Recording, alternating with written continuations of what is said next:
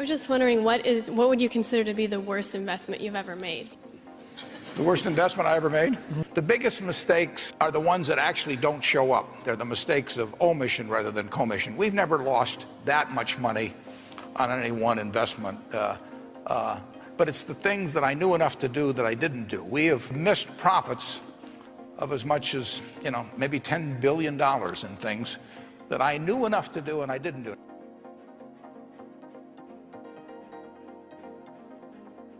And the question we get most frequently from people about you coming on is, what should they be buying right now? So if I say buy, you say?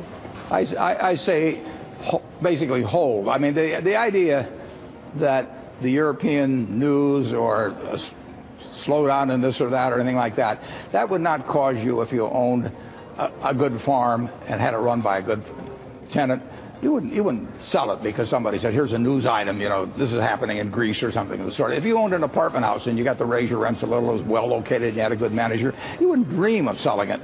If you had a good business personally, the local McDonald's franchise, you wouldn't be thinking about buying or selling it every day. Now, when you own stocks, you own pieces of businesses, and they're wonderful businesses. You can pick the best businesses in the world.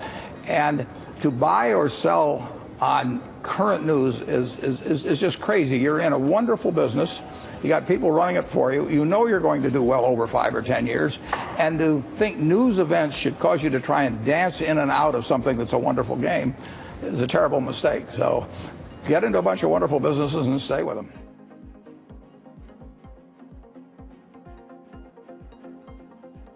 Well, I've made a lot of mistakes. Biggest mistake, well, not the biggest, necessarily the biggest, but buying Berkshire Hathaway itself was a mistake because Berkshire was a lousy textile business. And I bought it very cheap. I'd been taught by Ben Graham to buy things on a quantitative basis. Look around for things that are cheap. And that I was taught that, we'll say in 1949 or 50. It made a big impression on me. So I went around looking for what I call used cigar butts of stocks.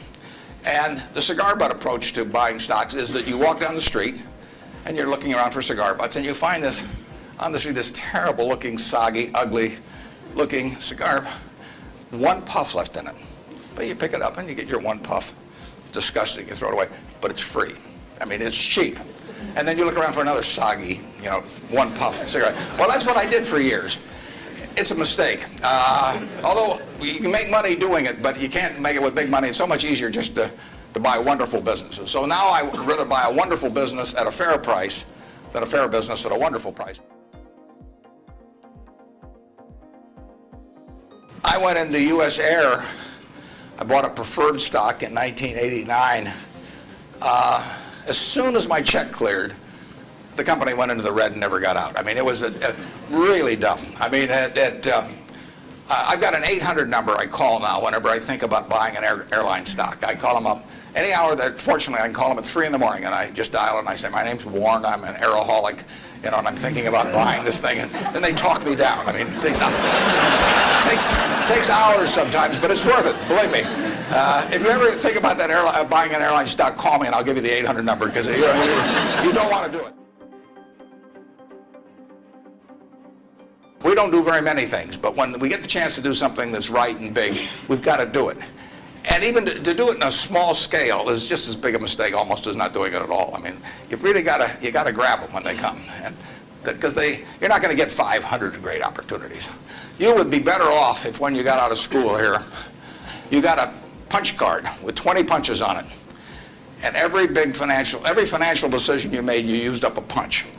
You'd get very rich because you'd think through very hard each one. I mean, you went to a cocktail party and somebody talked about a company, you didn't even understand what they did or couldn't pronounce the name, but they made some money last week and another one like it.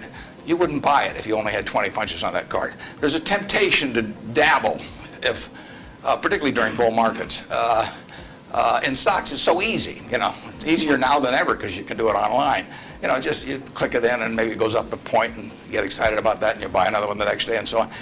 You can't make any money over time doing that. But if you had a punch card with only 20 punches, you weren't going to get another one the rest of your life, you would think a long time before every investment decision. And you would make good ones and you'd make big ones. And you probably wouldn't even use all 20 punches in your lifetime, but you wouldn't need to.